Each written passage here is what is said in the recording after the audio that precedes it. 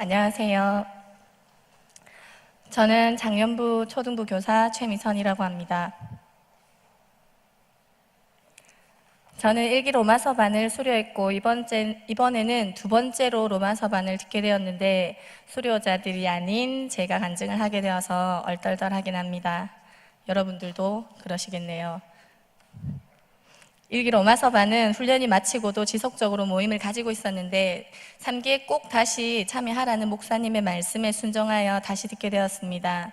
분명히 꼭 3기를 다시 들으라고 하셨는데 제가 잘못 알았던 건지 막상 가보니 저만 있었습니다. 당한 건가 싶었습니다. 성령님의 음성이었을까요? 사실은 농담이고 저도 다시 한 번 더 해야겠다는 생각이 있었습니다. 그 이유는 죄인이다 보니 스스로 로마서를 더 읽고 공부하고 나눠봐야겠다는 일기 때의 각오가 차일피일 미뤄지며 흐지부지해졌기 때문입니다. 관계를 어려워하는 나이였기에 먼저 누군가에게 말 걸어서 신앙에 대해 나눠보기 어려웠고 로마서 전하기도 검사하는 사람이 없다 보니 잘 안 해졌습니다. 타성에 젖게 되었고 편리와 쉽게 타협하는 죄성을 또 보게 되었습니다. 로마서반을 하면서 지금 가장 변하게 된 것이 무엇인가 생각해 보니 성령님께 묻고 있는 나였습니다. 간증을 준비하면서도 계속 성령님께 묻게 되었습니다. 처음 간증이 결정되고 나서 여러 가지 합리적인 핑계들이 생각났습니다. 난 두 번째 듣는데 수료자도 아닌데 이번 수료자들에게 이 기회가 가는 게 맞는데 바쁜데 그러다가 결국 하기 싫고 나서기 싫은데 하는 생각까지 들었습니다. 하지만 그때마다 성령님께 말하고 묻고 나의 생각들을 내어드렸습니다. 하나님이 하신다. 작은 나를 통해서도 하실 일이 있으시니 세우셨을 거다. 맡겨드리자 하는 마음이 들었고 이 자리를 감사하게 되었습니다. 이처럼 사탄은 끊임없이 나의 생각을 통해 죄짓게 하려고 하고 나는 성령님의 은혜가 아니면 늘 질 수밖에 없다는 것을 인정하게 되었습니다. 예전에 저는 이렇지 않았습니다. 못한다고 하고 합당해 보이는 이유를 대서 결국 다른 누군가가 간증하게 되었을 겁니다. 로마서반을 하기 전에 저는 복음이 정확히 무엇인지 잘 몰랐던 것 같습니다. 로마서반을 하면서 그것을 깨달았습니다. 복음에 대해서 대충 알기는 하겠는데 설명은 못하겠는 그런 상태였는데 그것은 모르는 것이었습니다.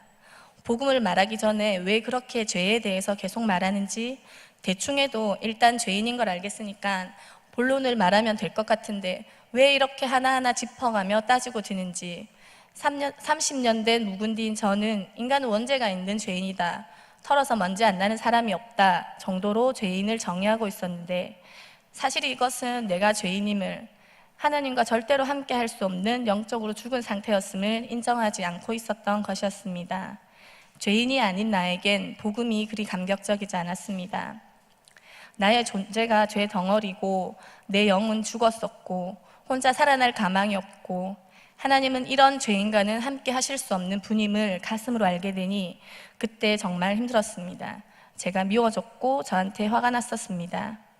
근데 그런 나는 이미 구원받았고 결국 하나님의 뜻대로 완전하게 회복될 것임을 확신하게 되었을 때 이것이 온전히 하나님의 계획이고 결국 이루고 마시는 전능하신 하나님이 믿어졌을 때 생기는 안도감은 이루 말할 수 없었습니다.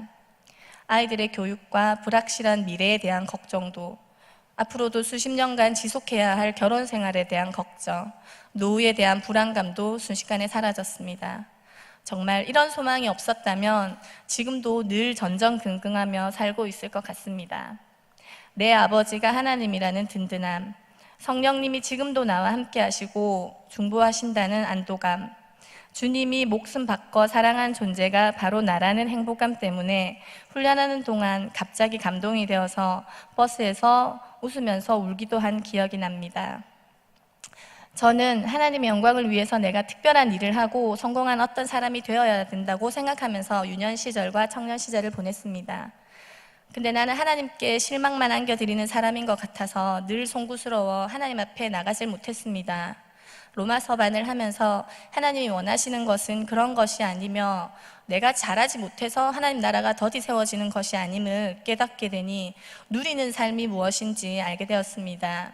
그 후로는 기쁨으로 사역하게 되었고 결과에 연연하지 않고 어떻게 하면 하나님 좋아하실까 고민하게 되었습니다. 그래서 이후에 기도의 내용도 달라지게 되었습니다. 예전에는 도와주세요, 이거 해주세요, 저거 해주세요 하고 했는데 지금은 그렇게 기도하다가도 아니지, 늘 도와주시고 보호해 주시는 걸 알아요. 감사합니다.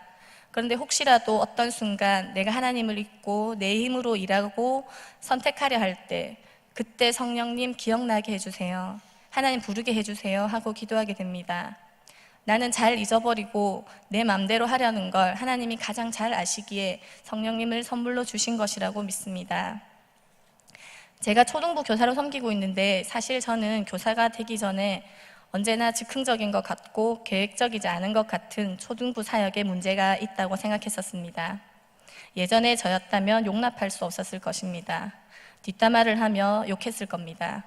그런데 지금은 제가 그 안에서 비슷하게 사역하고 있습니다. 예전에 저는 분 단위로 큐시트를 짜서 여름 성경학교를 총 진행했었는데 그때 저를 아신다면 지금의 모습이 굉장히 어색하실 겁니다. 여행 계획을 짜더라도 철저하길 원했습니다. 남편이 많이 힘들었을 것 같습니다. 지금은 많이 누리고 자유하게 되었고 그 속에서 일하시는 성령님의 역사를 기대하고 더디지만 공동체가 함께 이루어가는 사역이 성경적이며 하나님이 기뻐하시는 모습인 것을 인정하게 되었습니다. 권위자가 있음과 순종함이 누리는 것이고 자유한 것임도 배워가고 있습니다. 공동체는 훈련의 장소이기도 하고 하나님 일하시는 곳이기도 하며 내가 사랑과 위로를 받고 또 나눠줘야 하는 곳이기에 선물인 것을 알게 되었습니다. 그래서 붙어있고 섬겨야겠다고 다짐합니다. 하지만 모든 상황과 사람이 다 좋은 것은 아닙니다. 지금도 고민합니다. 다 똑같은 죄인이라면서도 용납이 쉽지 않고 남이 고치면 좋겠고 그래도 이건 아니잖아 하는 상황도 생기고 이럴 때 어떻게 해야 할까요? 이론은 알겠는데 실천이 잘 안 될 때 그때 하나님 어떻게 해야 하지요? 물어보아도 뚜렷한 답을 주시진 않으십니다. 찾거나 내가 버티거나 견디고 내가 잘하길 원하시는 걸까요? 3기 로마서 반을 마치면서 더 많은 답을 얻게 되었고 더 많은 질문도 생기게 되었습니다. 역사의 주인이시고 지금도 일하시는 하나님께서 저를 통해서 함께하는 교회를 통해 하실 일들을 지금도 하고 계실 것이라 믿고 있습니다. 믿고 기도하는 마음으로 매일을 성실히 성령님과 즐겁게 동행하며 누리며 살겠습니다. 함께 훈련하고 함께 누리며 살아갑시다. 마지막으로 다음 주 화요일 9월 4일 간사 임명 받습니다. 제가 축하해 주세요.